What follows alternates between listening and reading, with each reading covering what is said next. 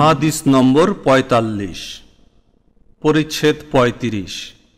জানাজার অনুগমন ইমানের অঙ্গ।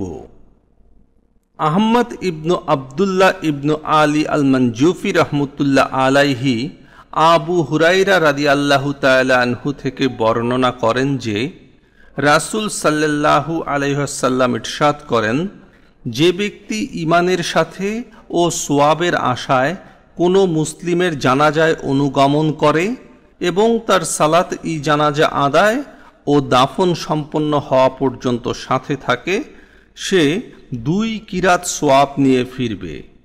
প্রতিটি কিরাত হল উহুদ পর্বতের মতো।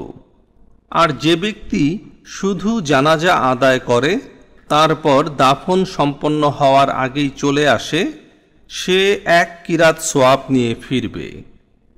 উসমান আল মুয়াজ্জিন রহমতুল্লাহ আলাইহি আবু হুরাইরা রাদিয়াল্লাহু তাআলা আনহু সূত্রে রাসূল সাল্লাল্লাহু আলাইহি ওয়াসাল্লাম থেকে অনুরূপ হাদিস বর্ণনা করেছেন।